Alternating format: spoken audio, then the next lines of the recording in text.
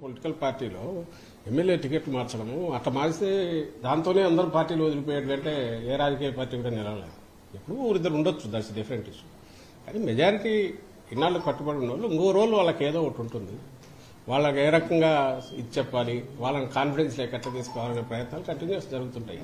నా పాయింట్ ఒకటే, నువ్వు దొంగతనం చేయాలా, నువ్వు దాన్ని పొడసాలా, పోచి చేయాలా, ప్రలోభ పెట్టాలా, నువ్వు చేసే ప్రయత్నాలు నువ్వు మానుకుంటే అంటే తెలుగుదేశం పార్టీ అప్పుడు ఇవేముండదుగా, ప్రజాస్వామ్యం బాగుంటుంది. తెలుగుదేశం పార్టీకి రేపు కన్నా ఖచ్చితంగా వాళ్ళకు వచ్చేస్తే మెజారిటీలో వాళ్ళకు ఒక సీట్ తెచ్చుకోవడానికి తగినన్ని ఉంటే పోటీ పెట్టుకోవచ్చు.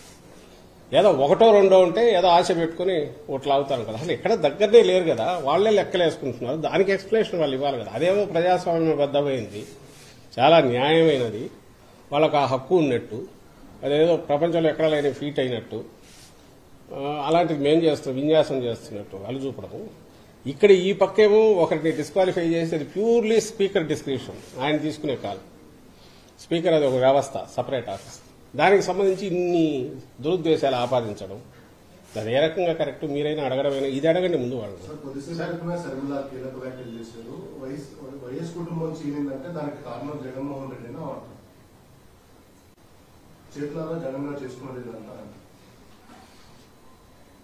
షర్మిల గారు గత 4 రోజుల క్రితం 5 రోజుల క్రితం హఠాత్తుగా రాష్ట్రంలో ఇక్కడ రాజకీయ తెర మీద ప్రత్యక్షం రావడమే ఒక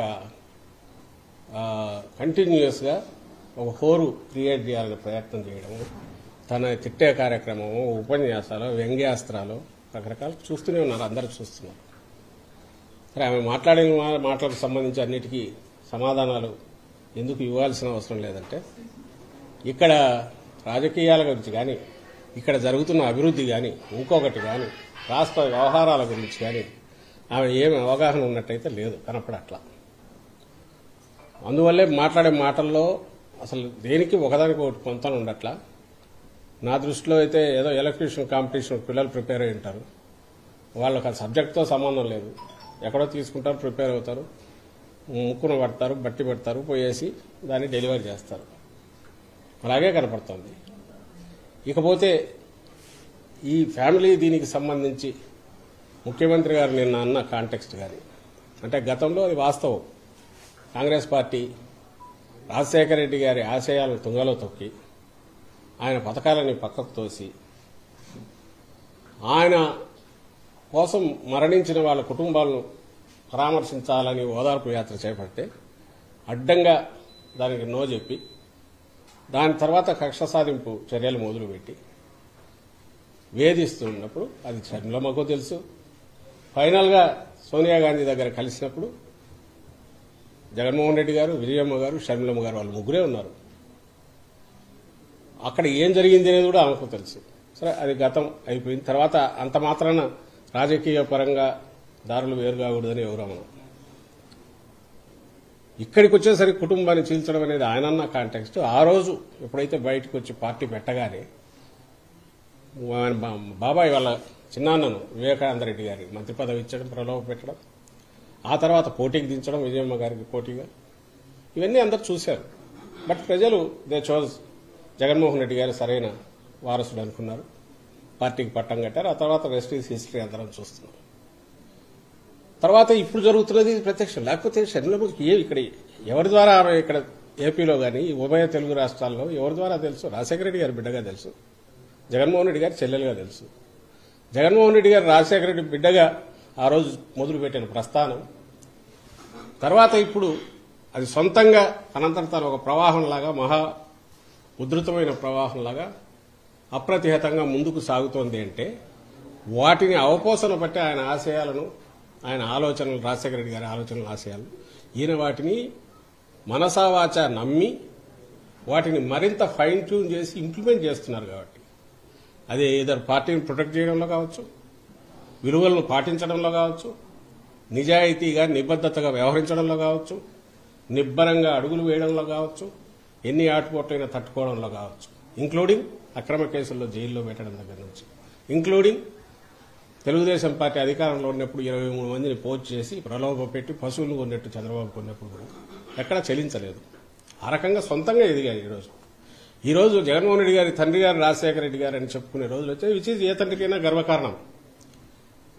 ఆ దీంతోనే ఆమె ఈరోజు షర్మిలమ్మ ఇక్కడికి వచ్చినా, లేదా ఆమెకు ఏదన్నా కొంత గిరాకీ ఉండి ఎవరన్నా కాస్త ఇచ్చేసి గుర్తించినా దానివల్ల వచ్చింది.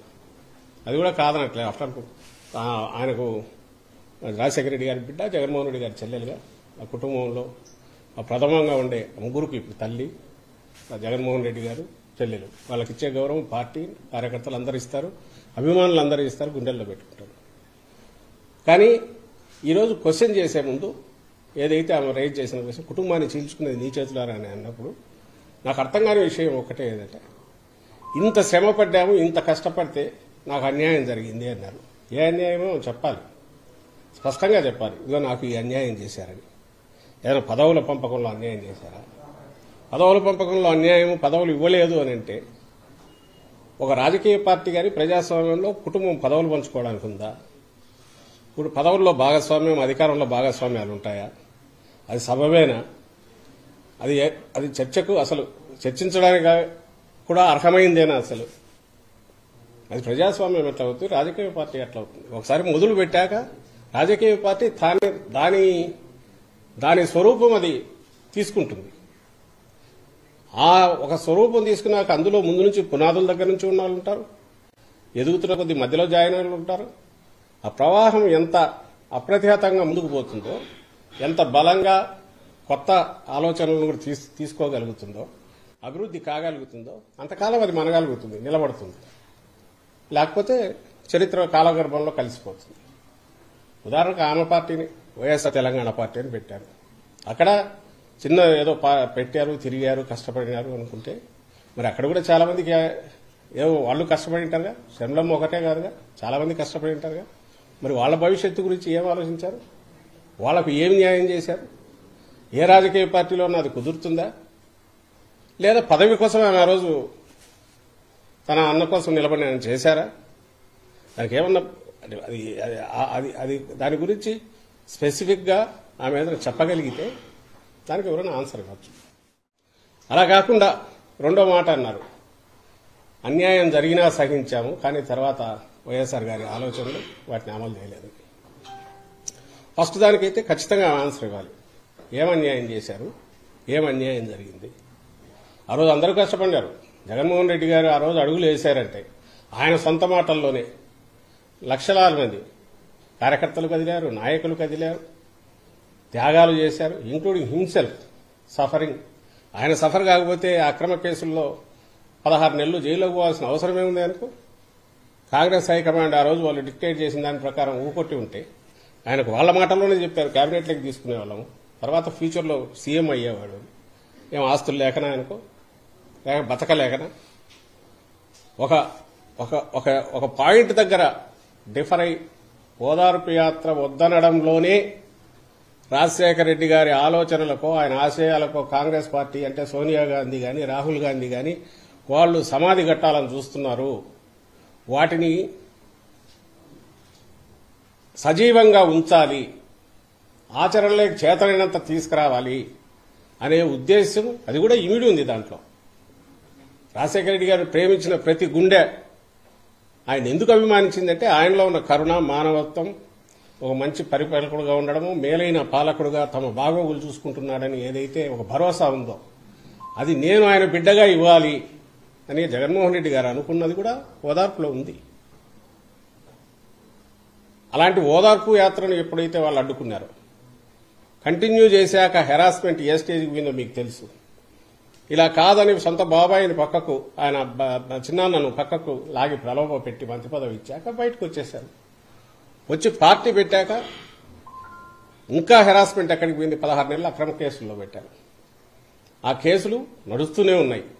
అవి అక్రమ కేసులు అనే విషయం ఆ పార్టీ నాయకులే పదే పదే వాళ్లే చెప్పారు. ఇంక్లూడింగ్ ఇప్పుడు రాజకీయ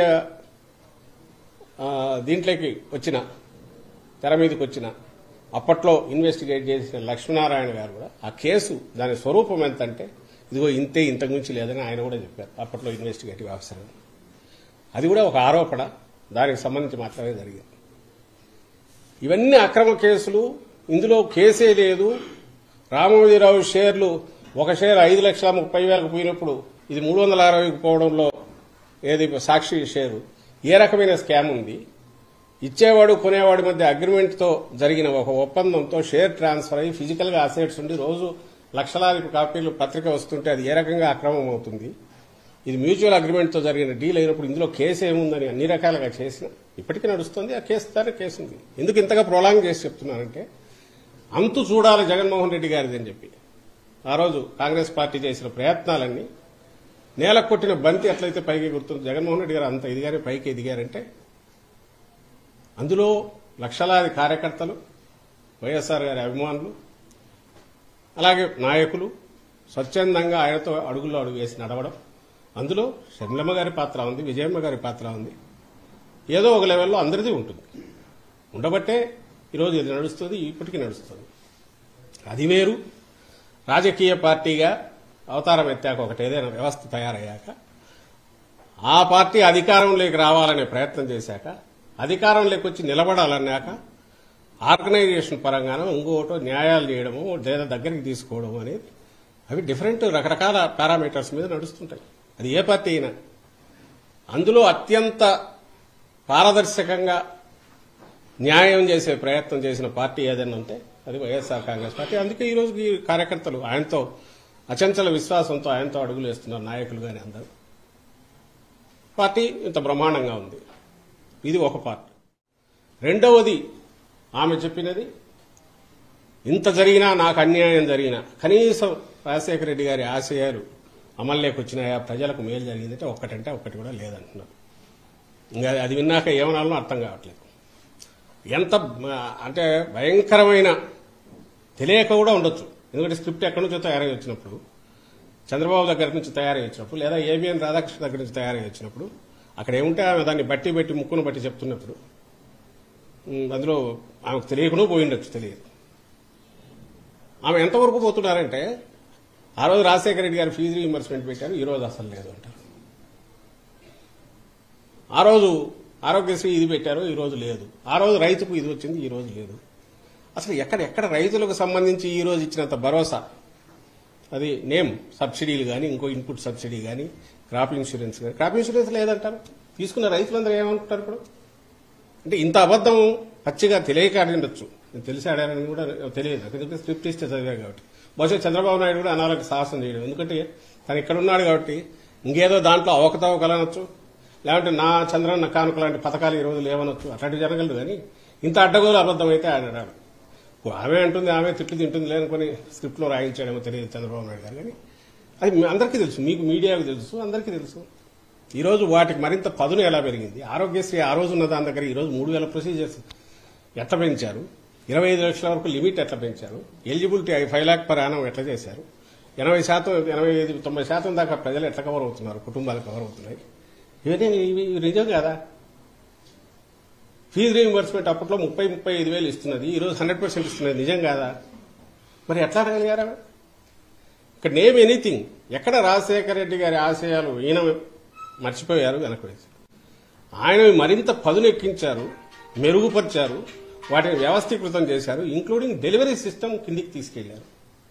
నేను ఇది ఎక్స్ప్లెనేషన్ లాగా ఇవ్వట్లా, ప్రజలకు చెప్తున్నాం.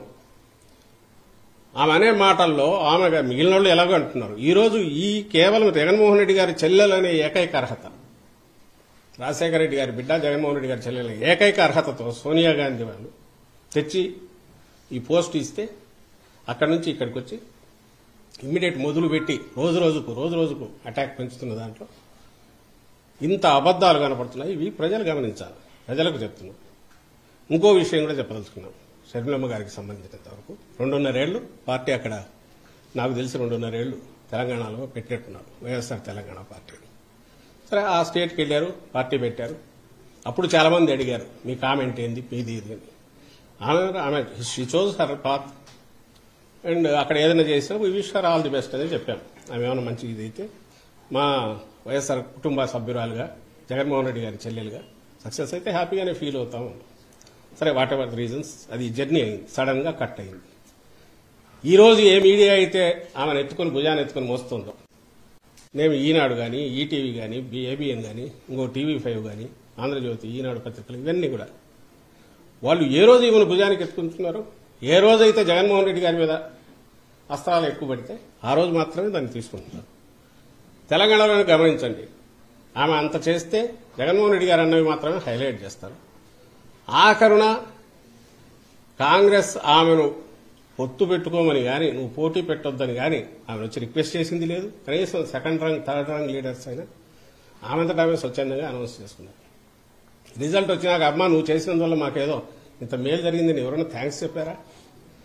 మరి ఆ సమయంలో ఎవరైనా ఈ పత్రిక, ఈ మీడియా ఎవరైనా పాపం ఈమె ఇంత కష్టపడింది, తను ఎంతో కొంత డెంటింగ్ చేయగలిగిన దేనికి మనం కాంగ్రెస్ పార్టీకి దాన్ని ప్రభావితం ఓట్లు కొన్ని చీల్చగలిగిన దీంట్లో ఉండి త్యాగం చేసిన ఆమె నాయకురాలు కాంగ్రెస్ గుర్తించలేదు. వాళ్ళేమని రాశారా? అసలు తెలంగాణలో ఇర్రెలవెంట్ ఎందుకయింది ఈమె? ఆ రోజు అక్కడ మొదలు పెట్టిన తిట్లు అందరికీ పడినట్టున్నాయి. ఆఖరికి ఇంక్లూడింగ్ ఆ కాంగ్రెస్ తిట్టారు. లాస్ట్లో అదే కాంగ్రెస్ దీనికి ఇది అయ్యారు. ఆ తర్వాత అక్కడ పార్టీ ఇది మూసేశారు. అక్కడి నుంచి ఇక్కడ తెలంగాణలో ఈమె నిజంగా కాంగ్రెస్ కోసం ఎందుకు తిరగలే కాంగ్రెస్ పక్షాన? టీఆర్ఎస్ నిరంకుశమైన దీన్ని ఇచ్చేయాలనుకున్నప్పుడు కాంగ్రెస్ పక్షాన్ని ఎందుకు తిరగలేదు? న్యాయమైన ఇది ఉంది అన్నప్పుడు కాంగ్రెస్ ని తీసుకురావాలనుకున్న దాంట్లో తన రోల్ ఎందుకు ప్లే చేయలే? ఆ రోజు వాళ్ళు ఎందుకు అడగలే? ఓపెన్ గానే వద్దు, మాకు వద్దు, ఇక్కడ ఉండాల్సిన అవసరం లేదు వాళ్ళు ఎందుకు చెప్పారు? చెప్తే ఎందుకు సహించారు? ఈ మధ్య ఇటీవల కూడా అక్కడ ముఖ్యమంత్రి రేవంత్ రెడ్డి ఆయన ఎవరు Radhakrishna open heart surgery, open heart with Radhakrishna RK surgery అని వచ్చింది సార్, ఓపెన్ హార్ట్ విత్ ఆర్కేలో దాంట్లో మాట్లాడుతూ ఏమంటారు? రాజశేఖర రెడ్డి గారు అప్పట్లో టీఆర్ఎస్ నుంచి మిగిలిన వాటి నుంచి వలసలను ప్రోత్సహించి డిఫెక్షన్స్ ప్రోత్సహించడం వల్ల ఇప్పుడు ప్రకృతి దాన్ని ఎట్లా కేర్ చేసుకోవాలని అట్లా తీసుకుంది. అర్థమేమండి? అంటే ఆయన మరణించింది దానివల్లనే కదా. వేరే మీనింగ్ ఏమొస్తుంది నాకు అర్థం కావట్లేదు. ప్రకృతికి ఈ డిఫెక్షన్స్ కు సంబంధం ఏముంది? ప్రకృతి ఎక్కడ వర్షం పడి ఆగుతుంది పంటన అయిపోవడానికి?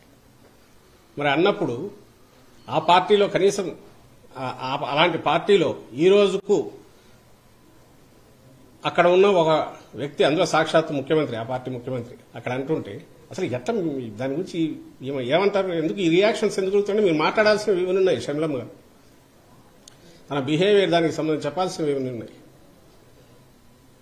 అక్కడ నుంచి ఇక్కడికి రావడం ఇక్కడ మొదలు పెట్టారు.